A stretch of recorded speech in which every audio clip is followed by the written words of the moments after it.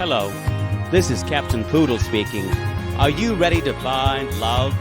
Yes, ahoy, matey. Love.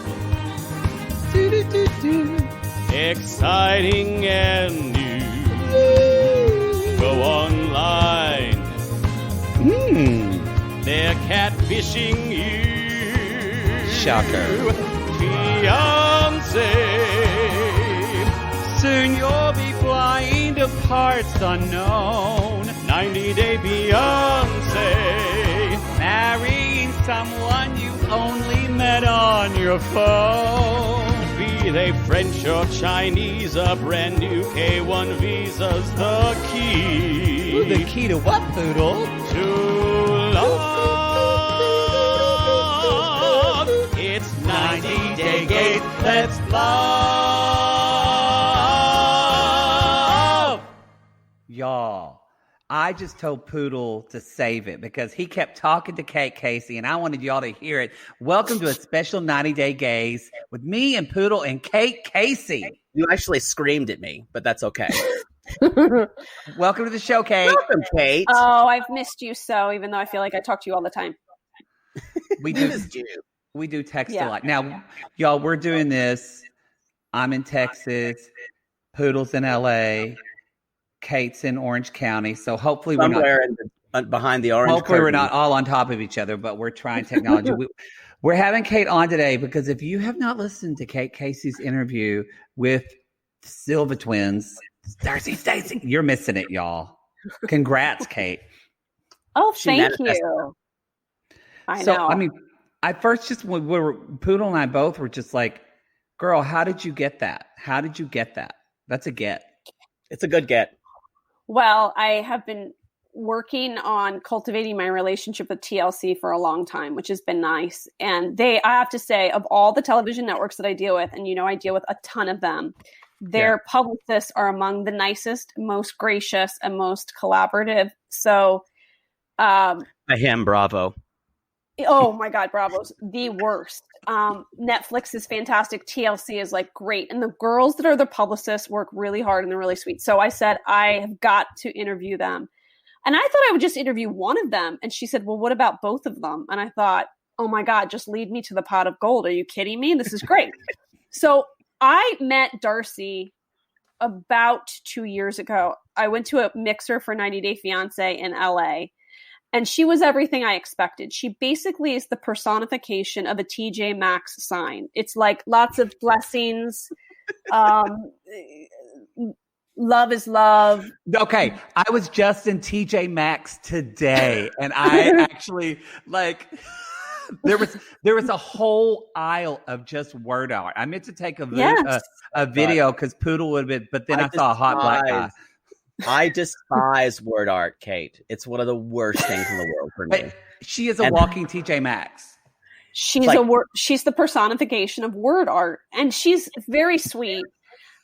And I was with my friend, and she was just in awe of my friend, who's an older actress, and she just looked at her like she was the be all end all. And she complimented her, and she was effusive in her praise to Hillary. And then she looks at me, and I have to tell you, at the time I just had a baby, so only one of my breasts was full of milk and beginning to leak. And I was like, I got to get the hell out of here because I hit traffic. So I was like kind of in a rush to get out, but I sat with her and chatted her for a little bit. And there's a thing about Darcey is that when you talk to her, it's like she's got unicorn stars in her eyes. She operates on another. That's so accurate. She operates on another planet. So you could ask her about anything: murder, weaponry, disease, poverty, and somehow she spins it into something positive, like will be. It is what it is. Glory to be, like whatever. And you're just sort of like, are you aware of like planet Earth and what's going on?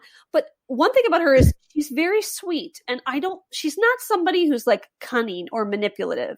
She's not a real housewife. She's somebody who I get that they keep casting her because she and Stacey are completely unaware of how funny they are. They walk into a room with crazy outfits and they've got a weird gait and they're kind of like plowing through life, totally unaware of how funny they are because they're overly optimistic when they're shit on by these gross loser guys, and they just don't care. They're like, well, love wins in the end. Like at one point I'm interviewing them and I'm asking them like, he didn't treat you well. And her response was, but we've got electric chemistry. And it's like, they just don't see, it's kind of like my oldest, like whenever there's a bully at school, my oldest child will always say, well, they just have to get to know me better. And that is them. It's like, you could tell them that guy is trying to kill you at night. And she's like, well, maybe I just need to turn the lights on and make him feel better about himself. And you're like, what? But you don't care. Yeah. But like, they're really nice people, but they're just they live on another planet that I'm not sure any of us will be able to visit in our lifetime. Sure, I'd go on a date with Scott Peterson. Sure. Yeah, that's what I'm saying. Yeah. Seems like a great guy. Yeah. You know, he loves the water. I love the water. I've got a great yachting outfit. Chris Watts. You know, seems like a nice guy. Seems like a great guy. Yeah. Charles Manson, great hair. You know, it's misunderstood. Really. They really do see the most when and even when Stacey was with going through it with Florian, he was like cheating on her. He's like, well, maybe it was just a little bit of a kiss. Is that it? That's it, right? That's it. No, it was actually that she was like, as long as you tell me that's it. But then they also share the same phraseology, the same worldview. So when Florian's terrible, she's like, it'll be fine. We'll work it out. And conversely with Georgie or whatever his name is, her sister's like, it's fine. Like, you can work it out. They both operate. And that's why there's like this powerful duo, because they plow through life like from another dimension. They're like they're like adult JoJo Siwas. That's striking fear into the hearts of all mothers out there, because she terrifies, and anyone who has like a child who's like 8 or 9 has experienced JoJo Siwa.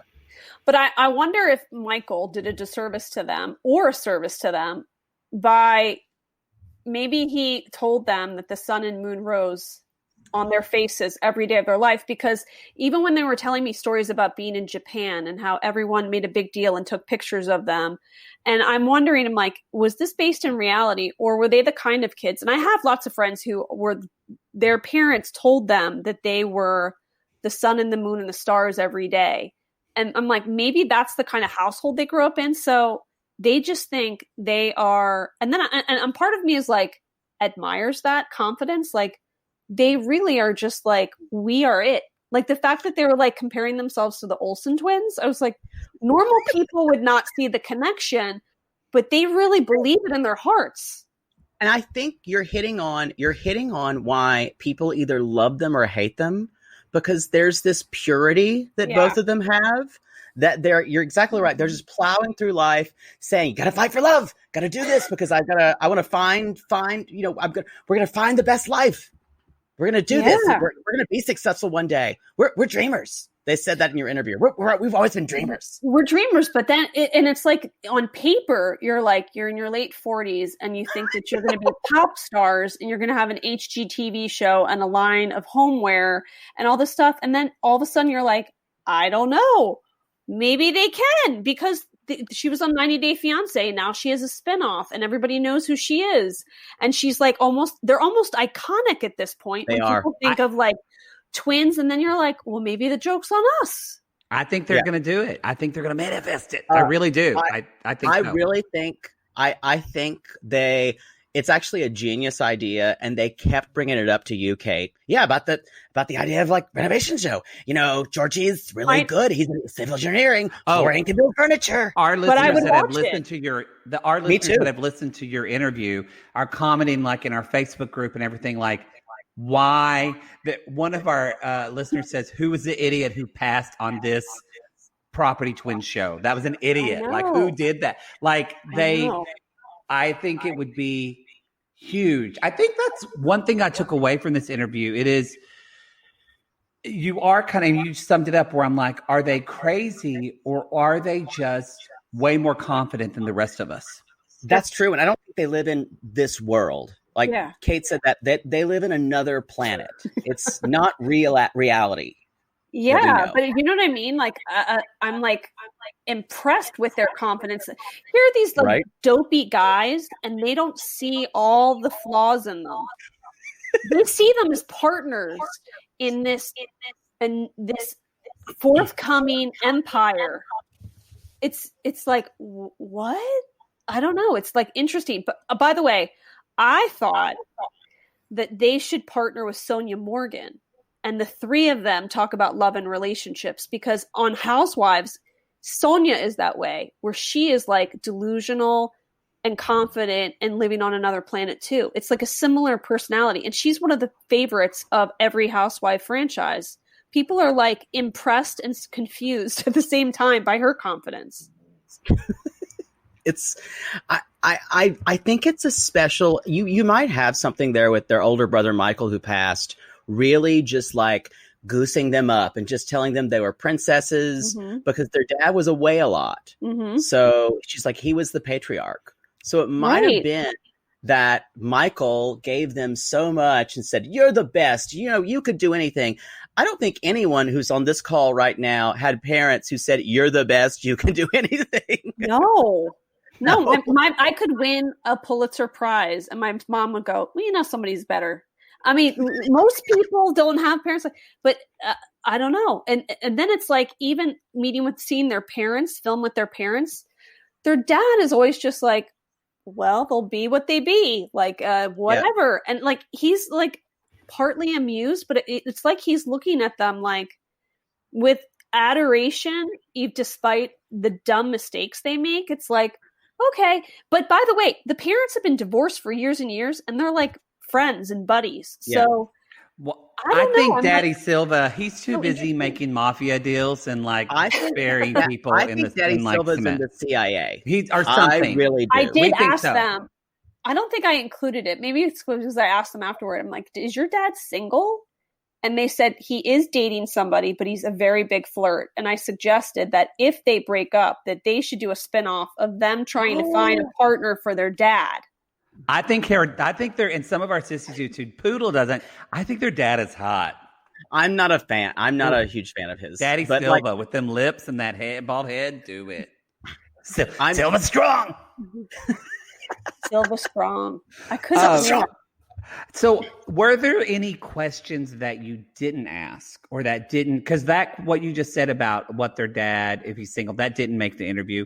Was there anything that either didn't make it or you're like, dang, the publicist? Because I will say, you know, Jake is a picky bitch. And Jake said after listening to this, we were talking, he was like, Casey asked really damn good questions. And you got them not to do all platitudes, even though they spit them out like crazy. Well, I think one thing is because I had already met Darcey, and she's always very nice to me.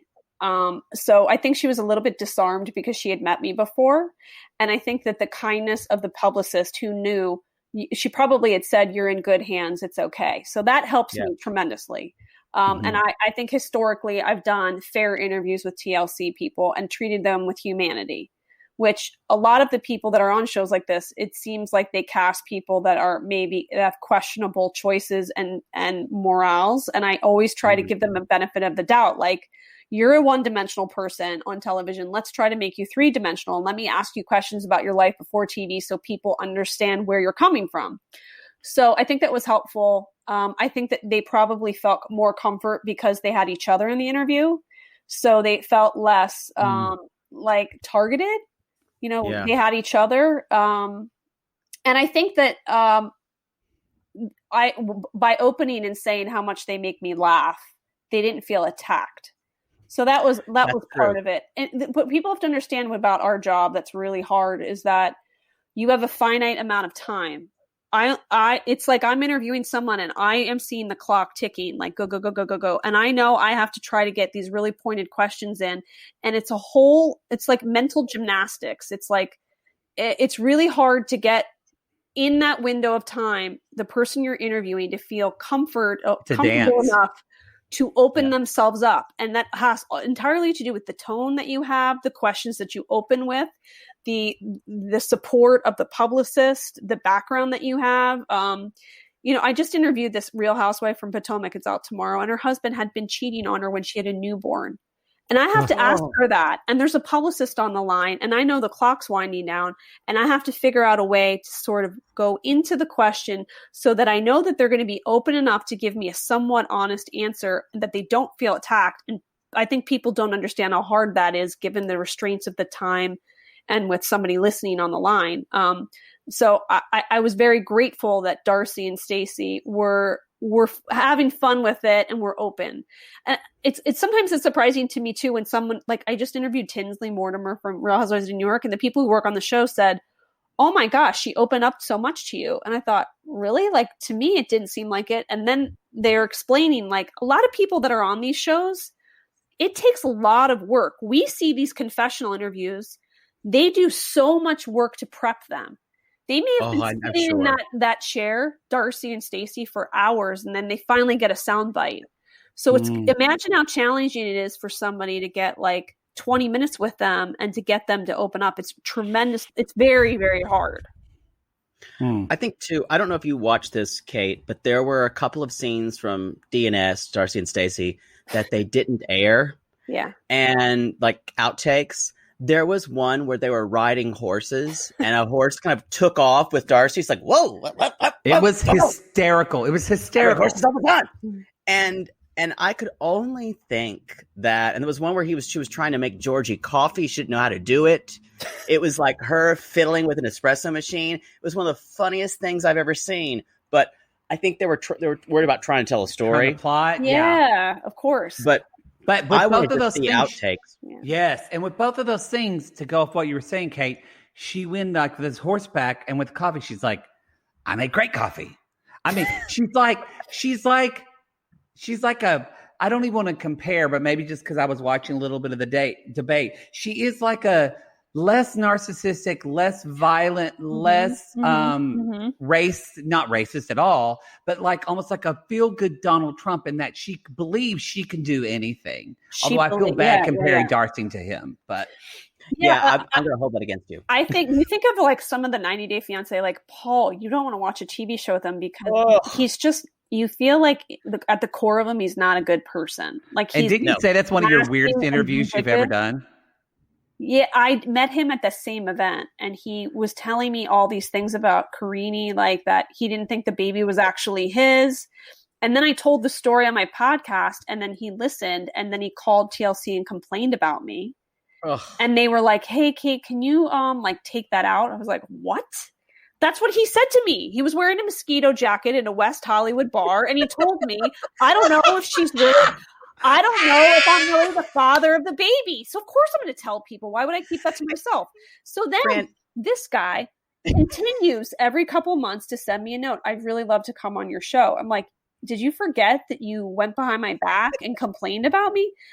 My point is, a lot of the people on lots of reality shows do that kind of nonsense. And then they're like, "Oh, hi," they buddy up to you.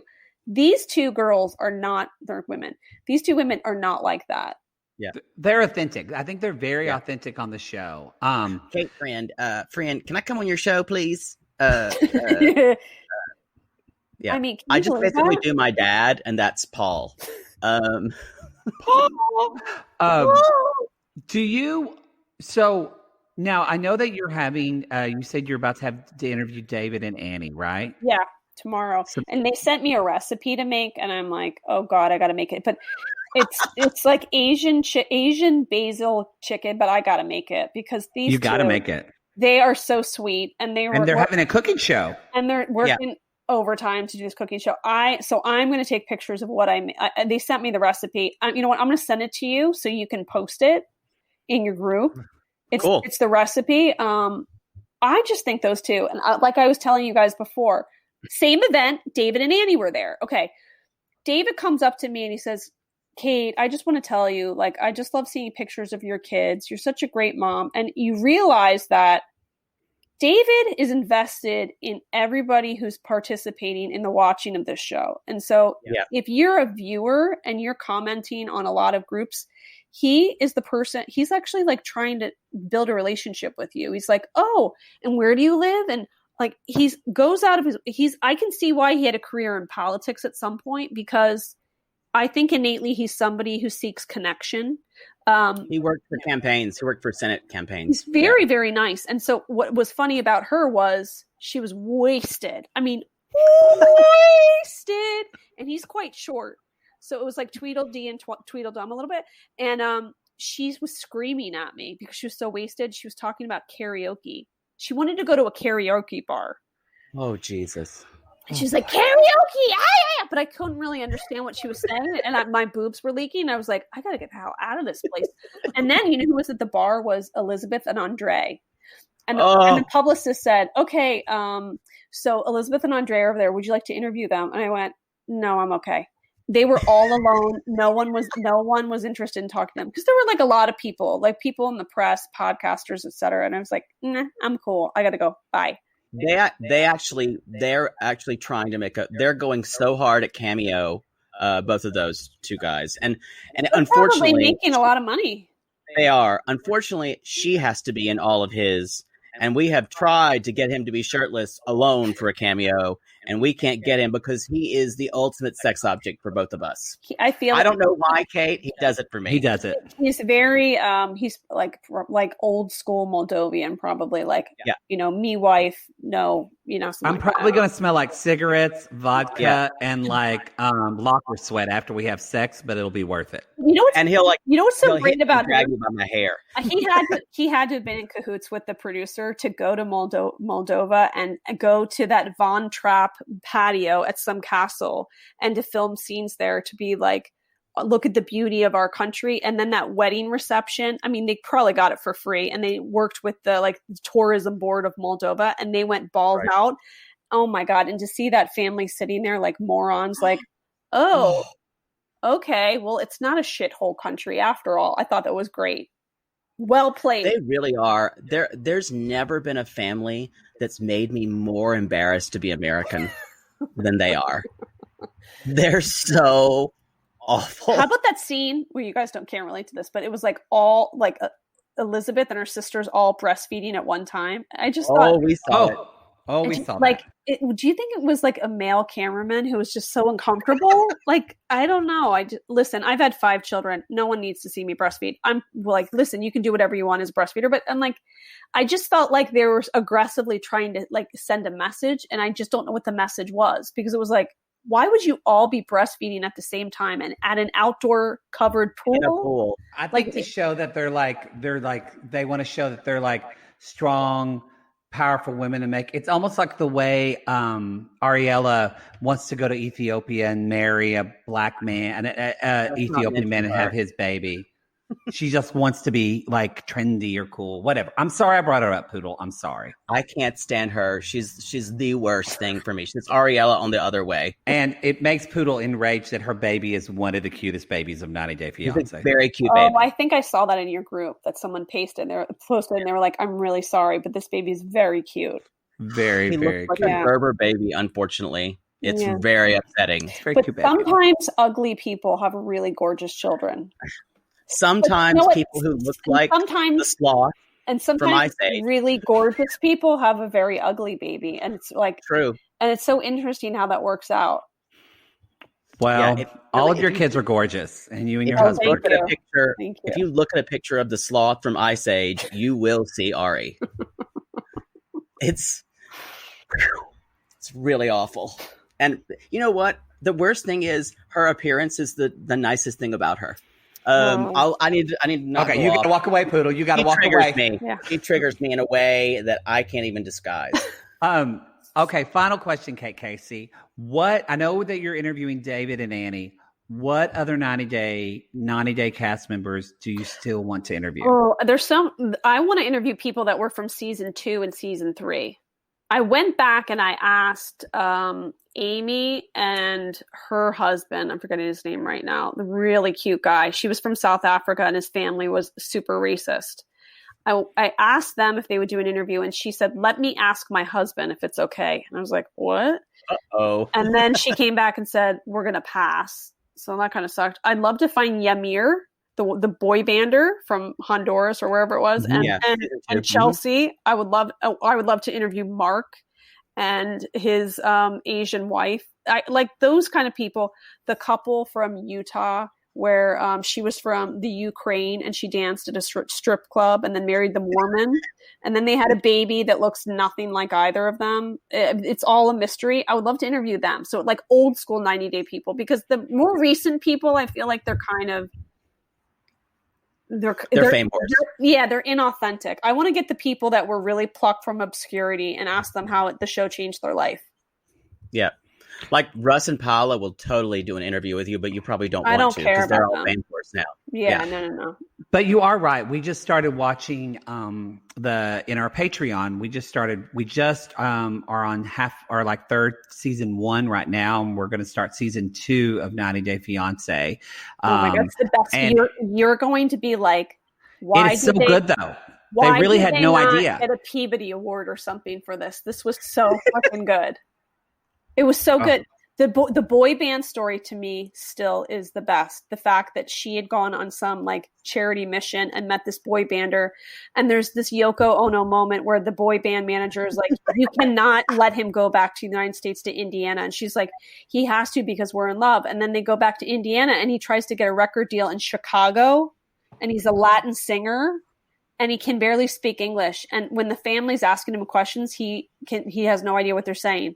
I mean, it's so good. And I think they broke up or they got divorced, and she dated a woman for a little while, but now I think she's engaged to a man. There's just so many layers to it. I just find them totally. A lot of layers. They're so fascinating. But again, nice people.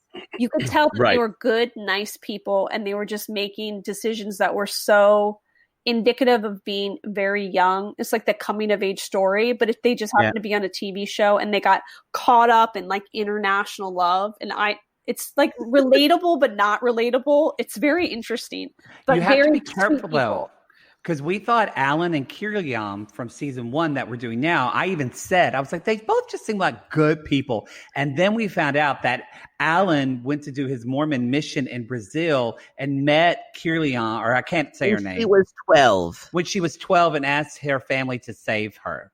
To save her for him. So he knew her many, many years prior. He met on his Mormon mission. He met her when he was 18. When she was opened 12. The door, when he knocked on her door. And then he never dated anybody for those 4 years or whatever? Probably not, because he was Mormon. And then they met, he brought her over, and they're married with a kid. It's very disturbing. So she's never been with anybody but him. She was a virgin when they married. They had a very extravagant system. He would invite a friend over to his house, like a virginity guard, and the friend would keep him from acceding to his man urges, so he wouldn't ravish her. I do remember some of that. Yeah. It was like an escort. Yes. Yeah, really creepily gross. It ruined it for us. And did her whole family convert?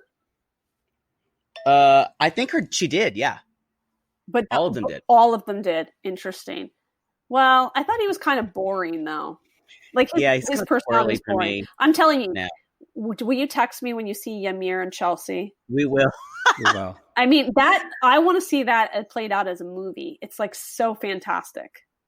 I feel like the difference between the OG seasons, like 1 and 2, is that there was a lot less mental illness. The more recent shows, it's just they're not well. You know what else it is? Like, I think I spend so much time watching and interviewing Real Housewives, and there's so many women that are like love to watch that, and it's like aspirational in their mind. Meanwhile, lots of these women like smoke and mirrors, but it's like I could never imagine being cast for that because I don't have a mansion, and I don't drive a luxury car, and I don't wear Chanel or Louboutins.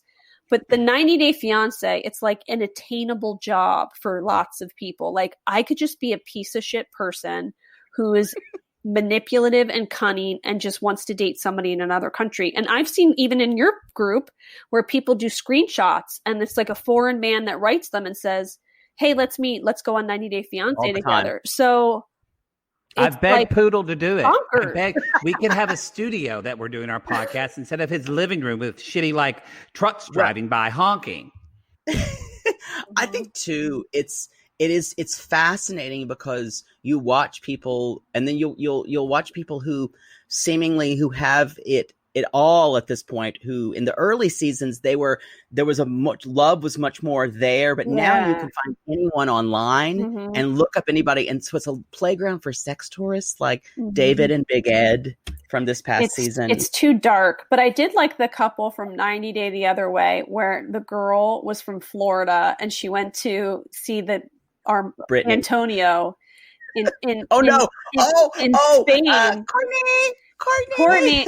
And I think you know what? I interviewed her. I just remembered that. I forgot. Oh, poor thing. Tomorrow's my 300th episode. I absolutely forget the people I've interviewed. But I interviewed Courtney, and congratulations. She said, thank you. She said something like, I went to Spain and I was exhausted and I wanted to leave, but it's like I was so tired and I didn't know what to do. So she ended up at that pageant. Remember, he was the judge? Yes. And she was like, there were no options. Like, I couldn't get a hotel room and I was just stuck there. That was really interesting. Now, I don't know if you saw her quarantine episode, but she's stuck in the house with a guy who invented the period cup, and she's the period cup spokesmodel. No way. Oh, yeah. You can't make it up. Oh, he actually reached it, and he's German. He reached out to us and told us that they really enjoyed our episode. He said, even with the comments about her eyes. Oh, man. But again, very nice girl. She was very sweet, and she has this really sweet parents, but she said she was doing this like international thing, like a group where it was a bunch of girls and they were traveling. And that's kind of how she fell into this. Like, she met him and she was like traveling around, and then it was a total catfish situation. At least she banged him. I thought she wasn't going to bang him, but at least she got some good Latin D out of it. But the next morning, though, all the rules changed. It's like, you left me, and I was not ready for it. And so as soon as she's one, if he banged her, and then he basically needed to put a ring on it the next day. Like, Courtney, I needed to go do my laundry. He literally left her for like 2 days to do laundry. But you know what was another great one was when Darcey went to visit Jesse, and he lived in that apartment that was covered in white. Oh, it was almost like he had to zip up white drapes to get into his dresser, and he had like a purple light, like he was like a man of the night, like purple sex lights. Yeah, purple sex lights. And remember, when I interviewed him, he was basically saying she was a drunk, and I was like, well, wouldn't you be a drunk too if did he deal with you? And like, he went to work every day, so she flies there. She has nothing to do all day. Of course, she would go to restaurants and drink. Like, what else is there to do? Yeah, because you were completely skeeved out by him, right?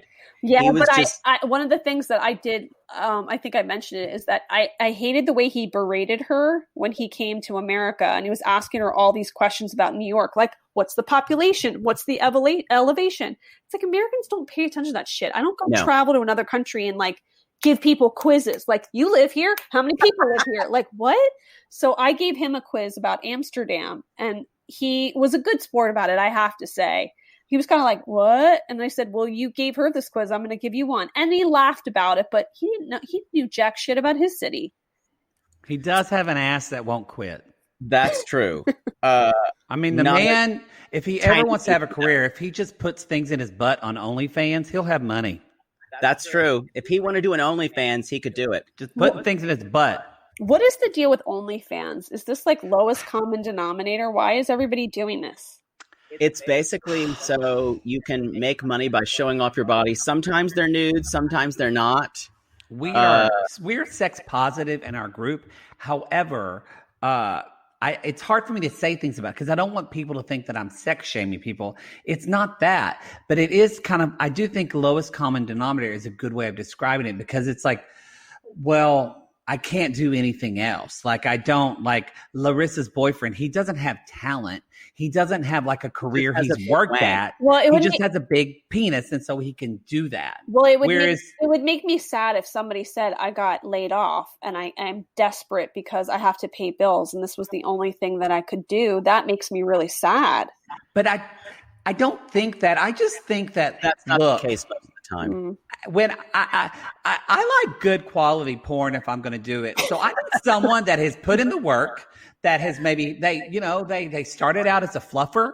Oh, but but there's a second camera there. But I hear they're really angry. Those people who have worked in the industry for a long time are like, listen, there is a whole industry that I've worked in. I've done my due diligence. I've prepped. I've done all this they work. put them over.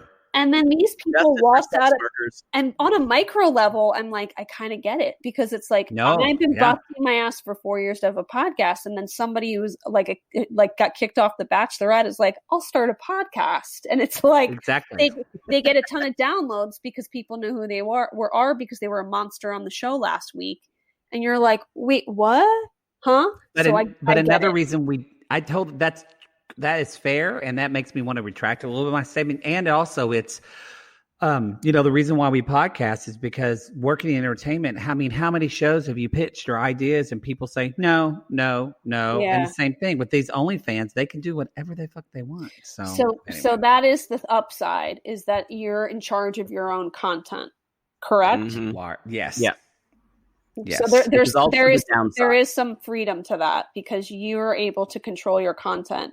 My only thing with that is, and I say this to any industry, is think about your life in 5-5-5. How is this affecting me 5 minutes, 5 days, 5 hours, 5 weeks, 5 years from now? You got to think about 5-5-5 for all those big decisions. So yeah, you're going to make a big amount of money for the next 5 days, but 5 years from now, you're going to go, God almighty, like, I'm so embarrassed it's out there. Yeah, everyone saw my dick. Right? I don't know. I kind of like, if I looked like Jesse or somebody, I'd be like, 5 years ago, I looked like that. I'm having McDonald's now, but I used to be. Yeah, I'm like, that's like work. But you know what? Most of West Hollywood has seen my penis, so I might as well just go ahead and do it now. I don't believe that for a minute. That's most of the people right in between that alley, right in between Laurel Canyon and what is it, Sycamore? You've seen Jake's asshole. That's a pretty dark street, like lighting. I'm saying, you know dark. What? It shines bright like a diamond. It was dark. It was very, very well lit before I got there. I feel like Ubers don't even go there. No, Jake's butthole is like E.T.'s finger. There's a light on the end of it, and it draws dick to it.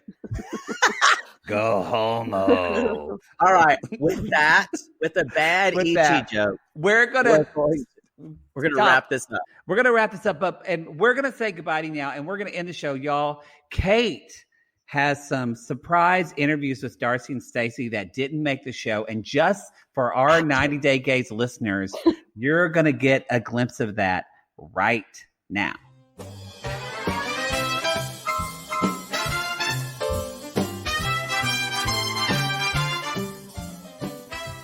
Stacey, true or false? You have been known to flat iron Georgie's hair. Stacey, have you been flat ironing Georgie's hair? Because that's my man. We talked about this. This is twin power. You have beseeched it. Sorry, sometimes he was around, and Florian wasn't around, and Georgie kind of looked like a beautiful, beautiful horse. So I wanted to pet his hair. I knew he was into this twin thing. I knew it. Okay, true or false? Florian wears Gap toddler jeans. I think I just let him answer that. I don't know Gap, but I have worn younger children clothes. No, Gap. We pay a lot of money to get Gap in Albania. That's all I say. I said no, I'm more answer. So I know you guys watch 90 Day. What else do you watch? And what do the men in your life watch? Oh, go ahead, Stace. I mean, I really just love Serendipity. I watched that movie on loop. I love anything that's like romantic, anything about love. You know, you gotta find love. Yes. Gotta find love in your life. Also, we like anything. We like Housewives. I think for some reason Florian loves Below Deck. Yes, I love more Captain Cindy. Oh, no like Hannah. Hannah no good. Give me Kate. Team Kate. Florian, Team Kate. If you guys were on a Real Housewives show, which Real Housewife franchise would you guys like to be part of? Oh, I mean, I feel like I'm practically a New York girl already. You know, I got the bling, and I've got the diamonds, and I'm a strong woman, and I just, we're Silver Strong, right, Stace? We're Silver Strong. Silver Strong. I would be part of Real Housewives of Albania because I feel like I was flying over the country, and it spoke to me. And I was starting to cry because I felt like I was born here and I was meant to go. Albania is nice. Definitely. Darcey, what did your ex-husband rap about? Basically, there's some litigation that I can't really talk about, but for the most part, it had to deal with, it was an extension scandal. We got some bad extensions from Turkey, and that's all I can say. Okay. I know you have a fashion line. Are other products or sponsorships coming up for you guys? Well, I wasn't trying to segue at all, but go ahead, Stacey. I'm so glad you asked that. I'm so glad you asked. Actually, we're coming out with our own line of hair extensions. Yes. We're actually full on horsehair, full on mane and tail. Full on hair. We're partnering with Mane and Tail. We're going to be in Dollar Trees everywhere. And Mervyn's. We're going to call it and also hair today, hair tomorrow, strong. I don't know. I prefer hair of 11. Hair of 11. Okay, fine. Of all the Kardashians, which one do you most relate to? Oh, let's see. I like, what's the youngest one who's always pretty? Kendall? What's the other K one? Kylie. They all K. Kylie. Right? Kylie? Chloe. For me, it's Kim because I love a black rapper. Kendra, Calissa? Calissa. Yeah, that's it. Chris. She's my favorite. Who do you look up to more? Kris Jenner or Paola from 90 Day Fiancé? Ooh, that's a good question. Kris Jenner, she's a strong woman. She's a woman. She's a strong woman. You know what she did? She manifested it. She said, I'm throwing a javelin, I'm walking on dirt, and now I want tits. I'm doing it because I'm a real woman, and I know, and I'm going to fight for it. She went through all that O.J. Simpson stuff. She made it through it. Okay, she succeeded. My last question. You guys. Wait, I just confused Kris Jenner with her husband. Wow, Darcey, you may want to become informed. I got to put down this wine. Woo! Okay, my last question. You guys have a forthcoming HGTV show. It's going to be the four of you renovating homes. What would you say is your decorating style? Well, I'm more classic, but I got a little sparkle. You gotta have a little sparkle. I say like chic. Like, if Anthropology and like Tom Ford, had a baby, it would be like, it's definitely strong, fabulous. And anything that shows my boobs. And would you have a lot of word art? Oh yeah, gotta have stay strong. Gotta have find love. Live your dream. Rather live, laugh, love. Yes, live, laugh some more. And will we expect a spinoff with your kids? Mateo, Parker, Annika, and Aspen. Oh, that are their names. I forget. Thanks.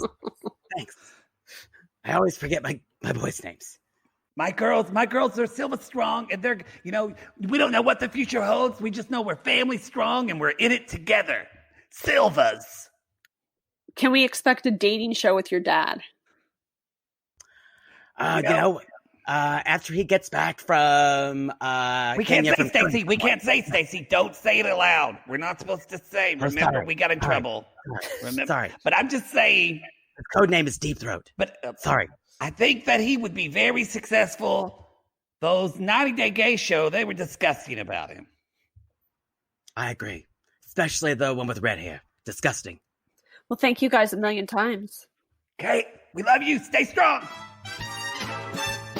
Lord help the mister who comes between me and my sister. And Lord help the sister that comes between me and my man.